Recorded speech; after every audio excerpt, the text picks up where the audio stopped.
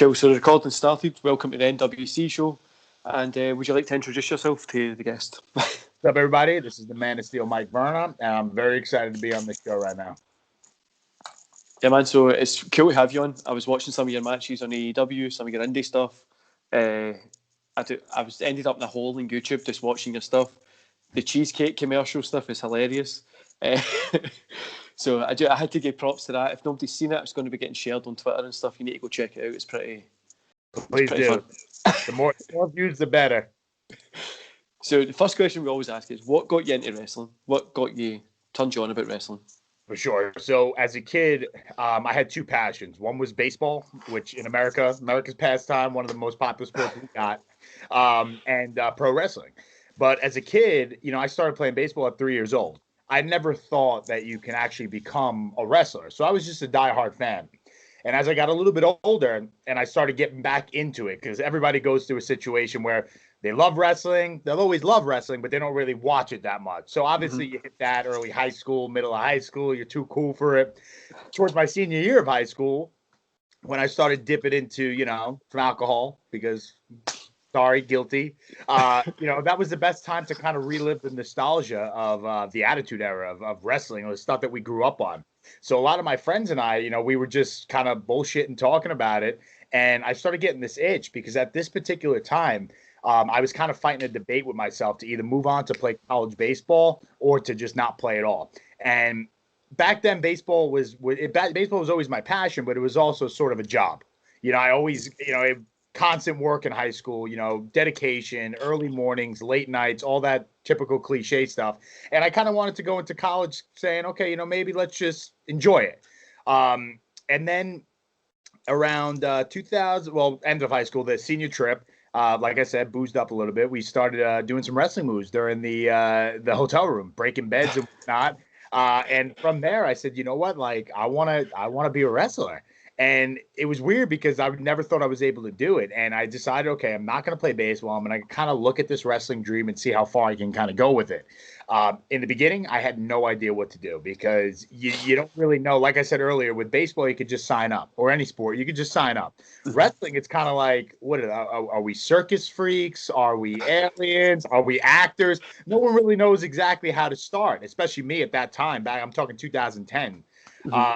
So eventually I went to a Raw at the Nassau Coliseum in Long Island. And that was when Zack Ryder was white hot with the Long Island story.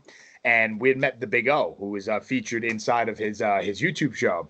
And I basically approached him and I was like, tell me about it. Are you wrestling? He's like, yeah, man, I'm doing it at the NYWC in Deer Park, Long Island, New York. And I was like, damn, do you have any information on that? Sent me the website. A couple weeks later, I signed up. So the short way of putting it, Barry, is living the boyhood dream. That's what got me into wrestling. I've quite a similar story. So in Scotland, wrestling it's massive. Like WWE's known everywhere. When I was growing up, I think we're like similar ages. So I'm 29, 30 this year. Yeah. So scared to be 30, but I was like, I wanted to start wrestling, so I went to a wrestling school. I found it, which was like a 6-hour bus journey from where I live. I live in Glasgow, which is like a small city to American standards, but like it's the biggest city in Scotland. It is the Scottish, no doubt about that. But so I travelled. It was like 6 hours to this garage that was just like in the middle of nowhere. It's like an estate. It was freezing cold, and it was like an 8-hour day. The first day I went, and the trainer was like, "I'm going to make you hate this, so you just have to go for a run, and I'll tell you where to stop." And it was like 3 hours later, he came back and he was like, I forgot about you guys. I'm really sorry. Like, you can just come back in. Nobody was there. It was just like me, just running around. And he was like, "What?" He was like, "Why is nobody else running?" He was like, "Because everybody's giving up, sitting down, relaxing, stretching out, kidding on, got sore injuries." And I was just continuously running, sweating, being sick. And he was like, you could have stopped. And I was like, you told me to do it, so I just thought, I'm going to impress you. But I done like quite similar. Started wrestling training. Then it was like, what are we? Are we like, do we really? But what do we do? Like, obviously, it's a work. But it's like, what do you do? Like, where do I class myself? How does this all work? Right? Like, so can I say like I do sports? Do I do sports? Am I acting? I don't know. Like, I don't.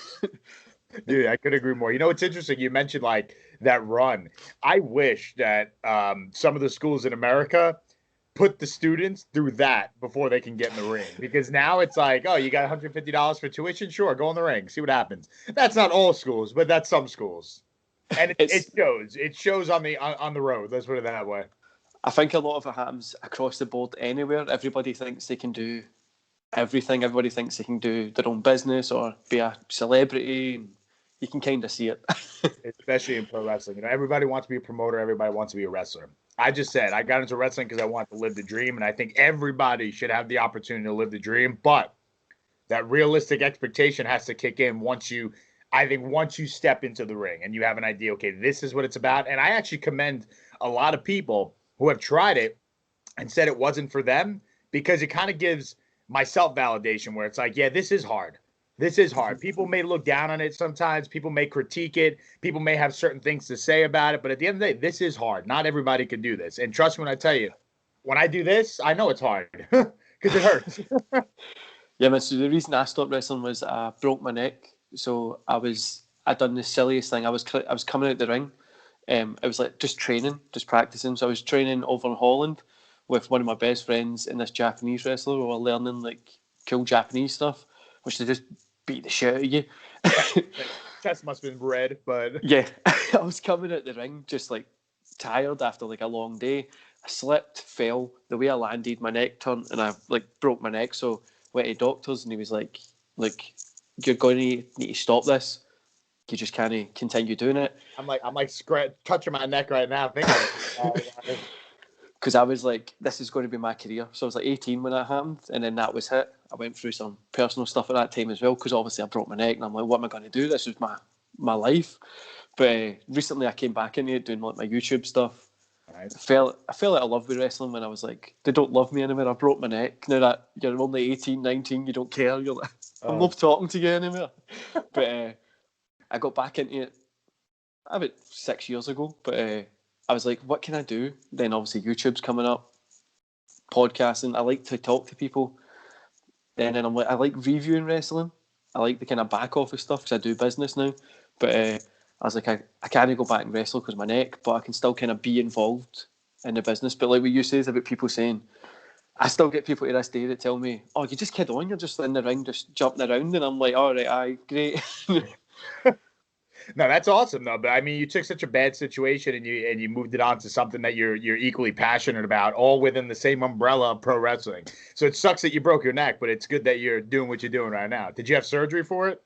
No, man. I used so I'm not like a person that likes painkillers and stuff like that. Kind of like a stretch it out kind of person. That's great. So it healed on its own? Well, it took me a while before I went to the doctors. When I went, they were like, how can you still move your neck? Like, you should have been here like 6 weeks ago. And I was like, it's been painful. But they were like, it's just like, do what you're doing. Like, it's looking like it's going to be okay. I finally just stretched it, done some CBD stuff, other things. And it's great. It just makes weird clicky noises every now and again. But apart from that, it's fine. There's no pain. Cheers to that, brother. Cheers to that. Because that's a scary thought. Like, I will say, I don't want to get too off topic, but this summer during training, I actually did hurt my neck. And it's more around the muscle area, like the trap, like right around where the neck starts. It doesn't feel spinal, but it still hurts from August to now. So I'm kind of like lately I've been a little like paranoid about it, but like I can still move. I can still do this, no clicks, but it is a little scary. But it just shows, like, to the people listening, it just shows that the little things can be so serious in wrestling. Like, really, like you did it training, I did it training. Like, we didn't even do it in matches, and I don't even want to say, God forbid I have I'm not even going to say it, but point being is you can hurt yourself on the simplest things. But I think that's case in point. Myself last year, I was playing, it's a game called, I was chasing my kid. It's like, what's the time, Mr. Wolf? I don't know if you have that in America. So you say, like, what's the time? And they kind of just count out the steps of the clock. So I was chasing her. Obviously, COVID, so we're locked down inside. And me being an extremely competitive person, I jumped over my couch. I landed on my foot and I tore my calf muscle completely. But I was just like, it's just a sprained calf muscle. Next day I went for a run. I could barely walk. And then next day I came back. I was like, no, I'll just do my arms. And a couple of weeks later, I go to doctors and they're like, You've tore your calf muscle, buddy. You really need to just sit down for a good couple of months. Yeah, I mean, can't you tell it's purple? It's kind of purple, red. It looks like shit. You're in pain here. It was like mega purple, but I'm just one of those competitive persons. That's like our old school wrestler. I learned for like old guys when it's just that's just a wee. It's no big deal. Wee plaster on it, it'll be all right. Pop a Band-Aid on it, it'll be all right. But I know what you mean with people that'll tell you, especially like somebody like you who's still in the business right now. You're wrestling. People look at you like, oh, he just wears pants out there, kidding on that he's wrestling. You're in the shower shaking after a match and stuff, try to get yourself together, which is sometimes a pain. So the other question that we ask is, well, for you, how long have you been in the business? So I started, like I said, I started training around 2011. So I met Big O. I kind of got myself situated that summer. And then in 2011, the winter, I think it was February. So I started. And I trained at NYWC back in Deer Park, Long Island. I was trained by Alex Reynolds, member of the Dark Order, and Tony Nese, 205 Live, Raw. I'm not even sure what he's on. He's on Raw, SmackDown. But he's killing it out there, too. I trained there for about a year and a half. And this was really slow training. This was on the floor for about 8 months, just learning every single basic lockup, every single basic chain wrestling hold. I mean, from A to Z, which, like I said before, I wish everything was like that because I feel like the fundamentals of the business would be a lot better. And I think we would have more of a diverse styles and stuff like that rather than everybody saying, okay, I'm in the ring day one and I can do a 450, so I'm going to do it. And now I can wrestle on the show next week. That's, that maybe just be the bitter vet in me. But I fell in love with wrestling the old school way.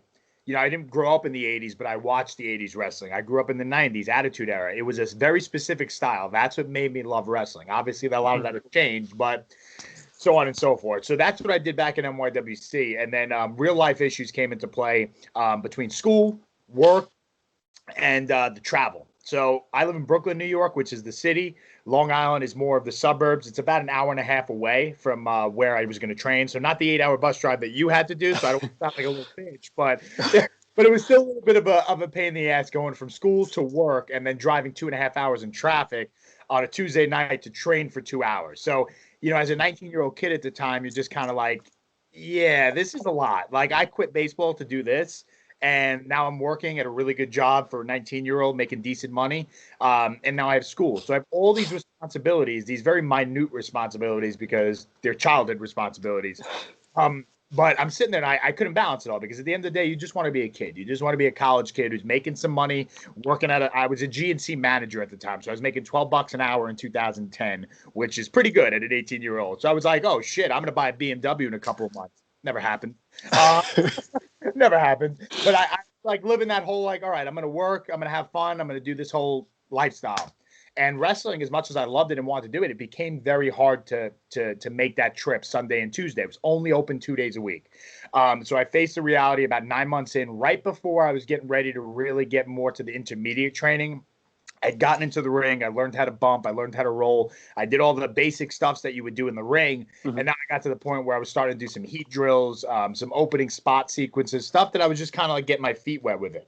And then I said, I just can't do this. Like I can't balance this all.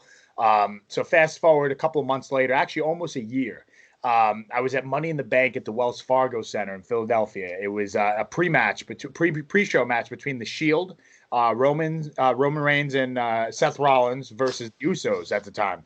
And for a pre-show match, they tore the house down. I was on the edge of my seat. I was like, literally like this is why I wanted to do it. This is why I wanted to be a wrestler. 2 months later, next day, I literally called NYWC. I said, guys, is there any way we can do like another schedule? Unfortunately, at that time, they didn't get back to me, but obviously it didn't matter because they can't run their business based on one person. So a couple months later, I'm in my gym and I find out that one of the trainers in the gym was a pro wrestler. And he was training at a spot in Brooklyn under Joel Maximo of the SAT. I linked up with them. It was a 15-minute drive from my house. They were open every single day, and I got right back in it. So from 2011, when I started, to 2021, technically I've been in the business for 10 years, but I debuted in 2013, so I've been working for about 8. Yeah, man, like you were saying about the start with the chain wrestling, that was obviously I was telling you about the run, but that was it. Like, you didn't get to go in the ring till you learnt the stuff on the mats at the side. Yeah, and I love that because, like, don't get me wrong, at the time I hated it. I was Yeah. literally, I remember it was Sunday and Tuesday. So I would go there on a Sunday and I would learn how to do a collar and elbow lockup. And then on Tuesday, we would do the same thing. And then on the following Sunday, if it was perfect, they would move you to the next hold. So you're looking at like literally about 2 weeks on one single chain wrestling move. I'm talking about headlock 2 weeks, hammerlock 2 weeks, arm wringer 2 weeks. I mean, it's fun when you learn the initial hold because you see it on TV and you're like, oh, that's badass. I know how to do that now. And also, it's kind of a shoot too. So if you get into a fight, you're not going to do the whole theatrics of it, but you know how to put someone in a shoot front face off.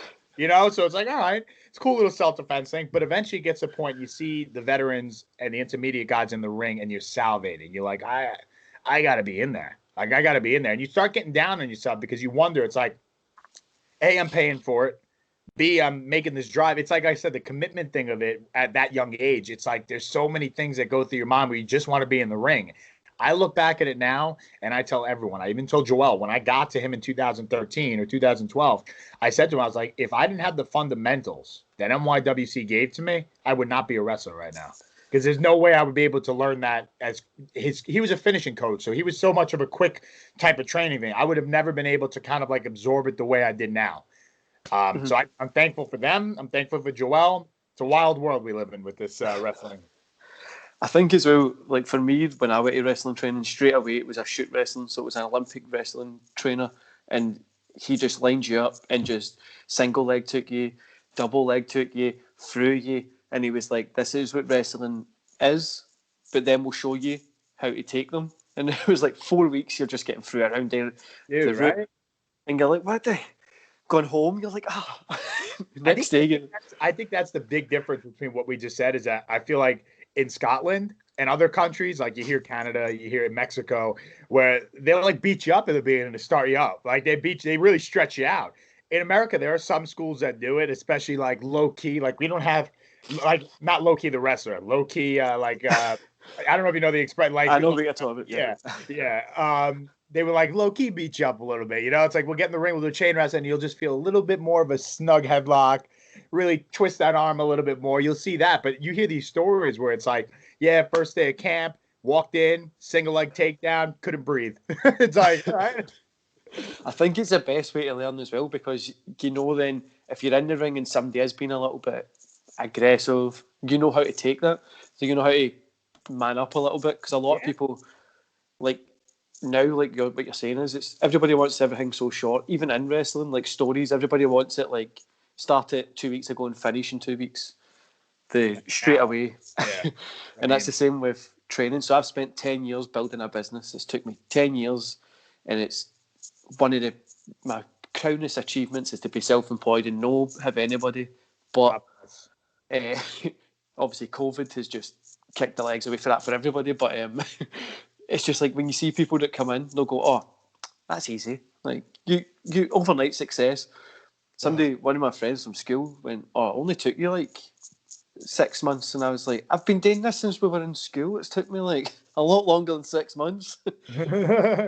But a lot of people just want everything straight away. But like you were saying, like I know a lot of American schools are kind of, I don't know how you would say it.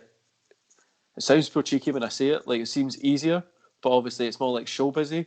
But then in the rest of the world, like if you've ever watched any UK wrestling, it is a lot of 80s, 90s, early 90s style, like Bret Hart, for sure, holds and stuff.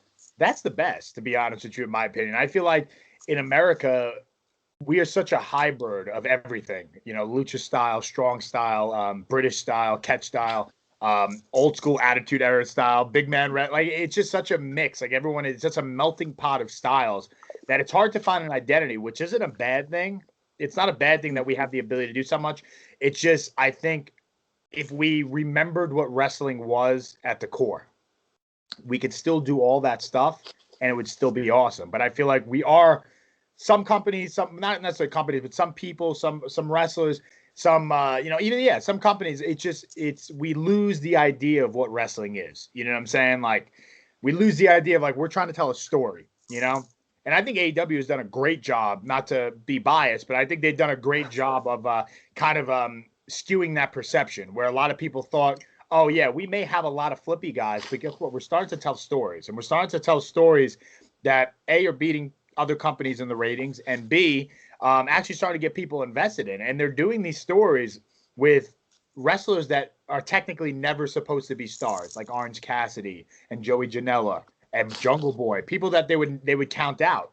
They're literally A, they're becoming stars. That's one, they are stars. And two, they're creating stories that people are actually starting to invest in. And WWE's done the same thing, especially with Roman Reigns. I mean, that storyline is excellent. You really can't have a better storyline to it. But think about the amount of wrestlers on a roster, and I was only able to really name one, which is Roman Reigns. So the idea of the storytelling is really what got me into wrestling, and I wish that, you know, the styles and the amount of styles that there are, people would worry less about a GIF or a viral video and really be able to tell a story. Definitely, man. I think stories is what wrestling's about. It's about telling a story using your body. With AEW, I know you need to be a little bit biased, but I would say they're still new. Like, they're still very young. Like, they're still got WWE's, however many years old. WrestleMania 1 was 85 or 83, so it's even before that. But yeah, they've had years and years and years of experience. And AEW's, 2, 3? Not even 3, something. Yeah, right? Not even 2 yet. October would be 2. Yeah, like, that's far too young. And look at the guys I've got. Like, the roster's just stacked with talent. You need to let them figure it out a little bit. I always say, when people, like, if you look on Twitter, just your feed will just be filled with people. AEW's better than NXT. NXT's better than AEW. And it's like, AEW's still new. You just need to let them play out. Plus, the more wrestling, the better. That's the best thing about being a fan. You just get to... The better for me and you. You have more stuff to work with. I have more companies to work for. So I'm all about that, you know? But yeah, I mean, you're 100% right. I mean, there is a lot of people there. It is very new. They're still kind of feeling their oats out, which is good. I mean, we have to see how it's going to work. But there are other companies that have been around for a long time too. Impact, Ring of Honor. Now everyone's working together, except for WWE. So, like, really, the sky is sort of the limit to what we can really do going forward, and it's definitely going to get exciting in regards to storytelling, invasion angles, crossover stories. It's a lot of stuff. 100%, man. Like, I keep telling people, it's a long play. Like, obviously, we're turning 30 this year, so we can tell people it's a patience game. Like, you just need to wear it out. Wrestling in the early 1990s wasn't. If you go back and watch it, like, I do a watch along for Raws, like the first year of Raw. Some of them are just terrible, like, really. I could imagine. Hard. I could imagine. And then you get to like 95, and you're like, damn, every Raw is good. Every single Raw is good. 1995. That's not to stray too far, but that's what I miss. As a worker, I'll never be able to have that fandom again. So I understand those days are over. But I mean, on Monday night back in 1999 was, I mean, screw football, American football, Monday Night Football, screw anything that was on, American Idol, whatever the hell, all these famous shows that broadcasted on a Monday night, like, it didn't matter. You had Raw, you had Nitro, you had the Monday Night Wars, like, it was just excellent, you know? And we have a little bit of that now Wednesdays. We NXT, AEW, it doesn't have the feel, doesn't have the pump-up thing of it, you know? Like, I just wonder, and maybe I am just jaded now because I am a wrestler, but I just always wonder, like, what is it going to take for wrestling to boom again? Now, I tell people all the time, I think pop culturally, wrestling is as popular as it's ever been. I think it's a household name. I think it's not taboo anymore. People don't view it as white trash garbage. Like, they view it as a real source of entertainment, and I'm proud and thankful of that. That's for sure. But what are we going to do? What do we have to do as wrestlers, as everyone involved in the business, to really make wrestling as poppin' as it was back in the 90s and early 2000s? Like, what is even the 80s, if you want to go back, like, to the point where wrestling is like, you have to watch. It's must-see TV. Is it an issue that nothing's must-see TV anymore, or has wrestling become something different? I think as well, like, see with, like, the ratings that everybody keeps talking about, like, ratings on a weekly basis, with people like WWE, they've got, like, their WWE network. So here in Scotland, I'm not staying up to watch a Raw. I do it for my channel. Like, that's the only reason I stay up to watch it. I get up at 4 a.m. before I start, like, go to the gym, do some workout stuff. I'll just put it on and watch it and review it. That's the only reason I do it. Nobody I know will stay up till, like, here it's sometimes like midnight. Nobody's up at midnight for a 3-hour Raw. You know what I mean? Yeah, well, so, you're going to sleep at 3 a.m. to watch Raw? Not gonna happen.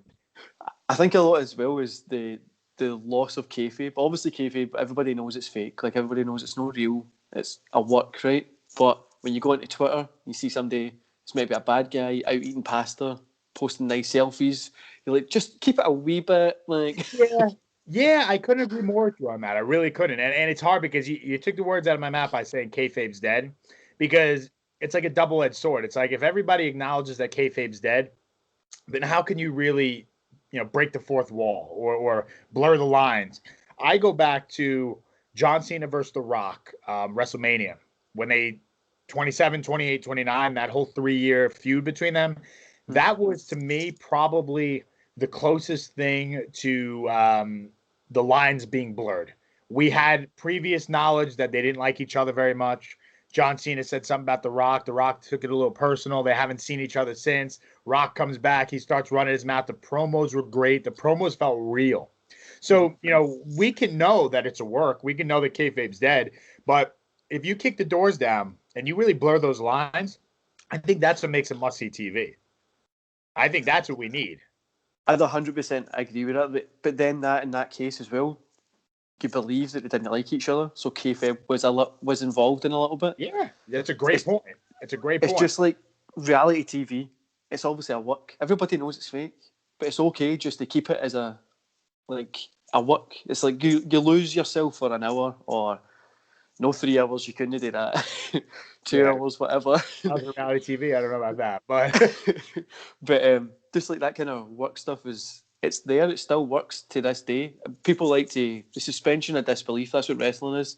Take somebody out of their life for that match. Like the greats, Ric Flair, Ricky Steamboat, Bret Hart, Owen Hart, Sting, you name them. You just take that 20 minutes. They'll just take you away from your life, and you just get to enjoy wrestling, which is, I feel, just you don't really get it as much anymore. And the one thing I always say is, when you're watching a wrestling match and you see somebody in the corner, they punch them, then they run away and they do like a pure dance, and you're like, wait, I wouldn't do that in real life. That's the thing. And as I'll tell you, as a wrestler, I don't mean to sound biased with that, but as a wrestler, my specific style is the idea of realism, in my opinion. Like, yeah, I'll go to the top rope. I'll do a little flippity-doo if I need to. But don't I want people to, like, my career has been successful based on one thing: being a likable babyface in an era where babyfaces are not really cool. Everyone loves a tweener. Everybody loves a cool heel. I've seen it with my own eyes. I've seen so many of my peers that have been babyfaces that really don't have the fans behind them.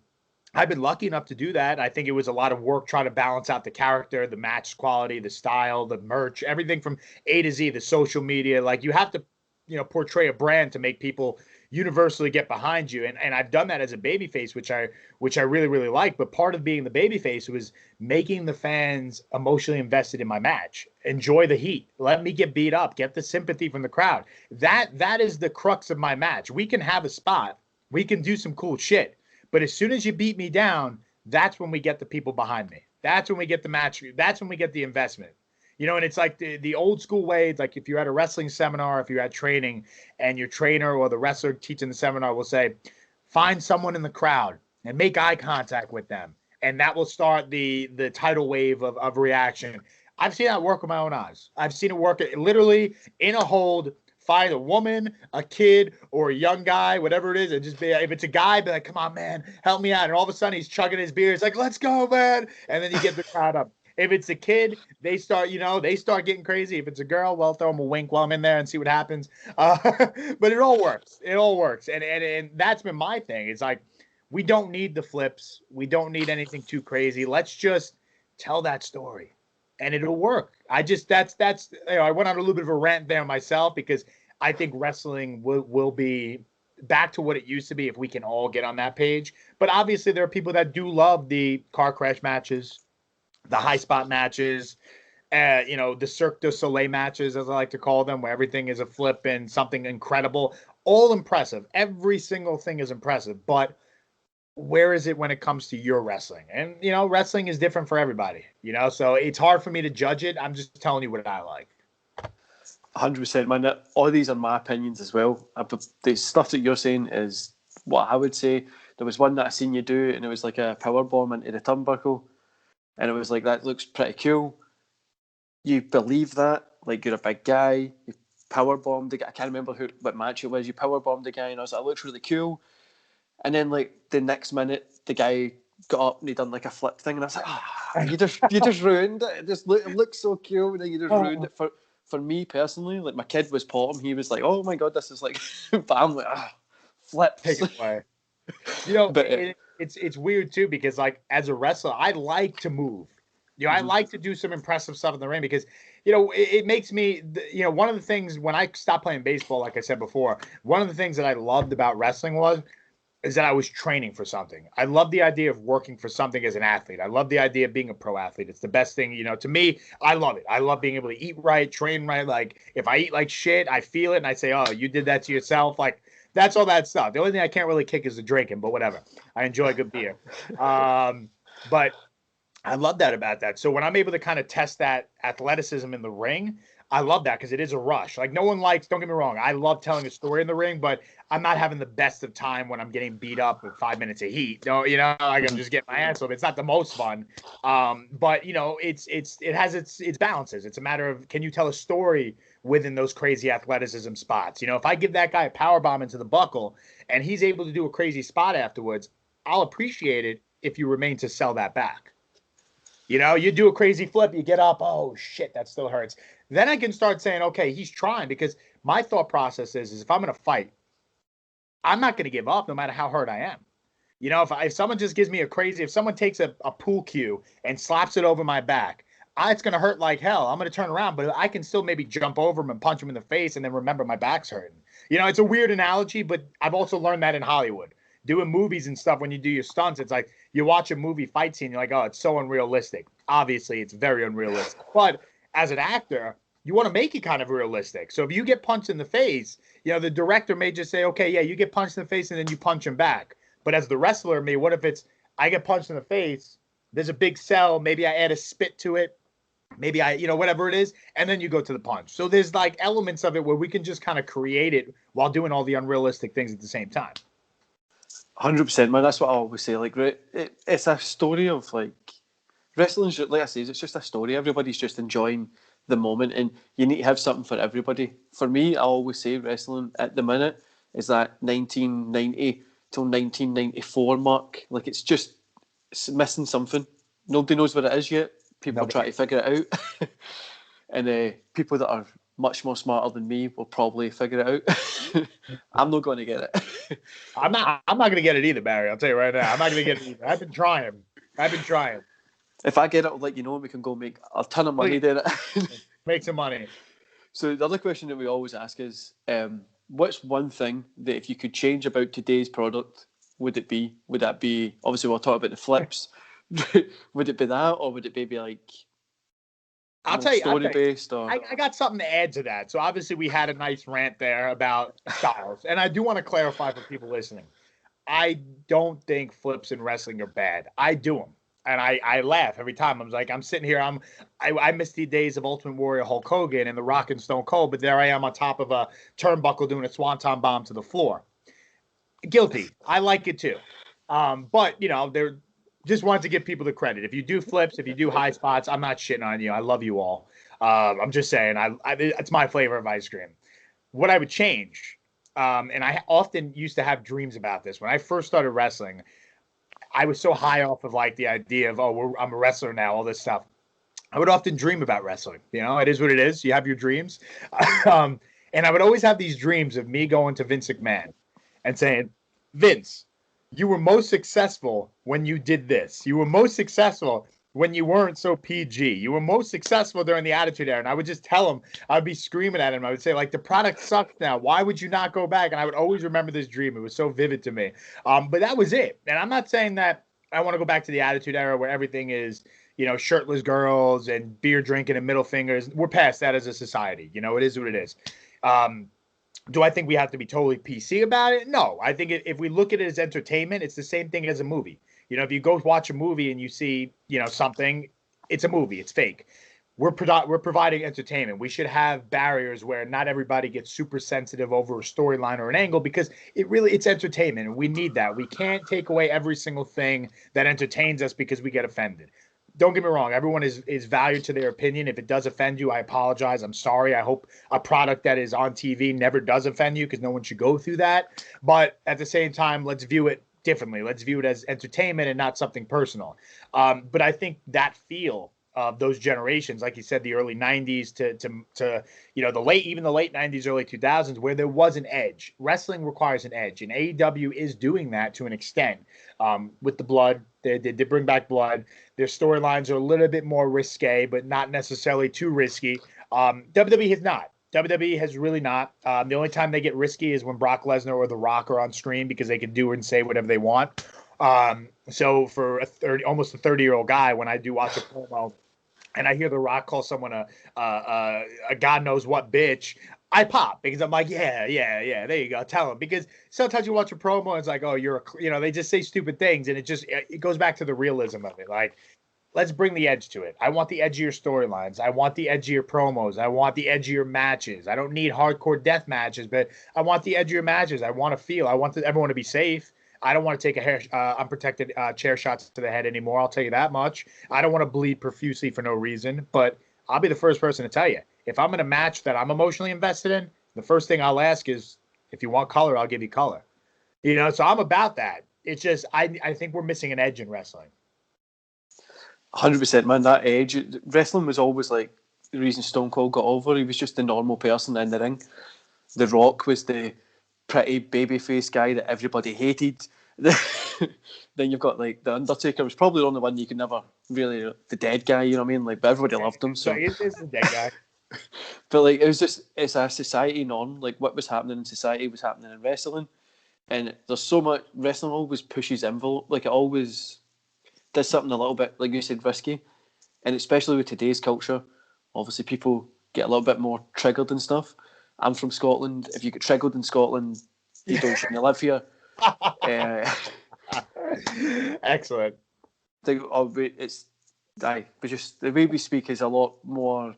It's quite like the way people in New York and stuff speak. You're gonna tell me twice.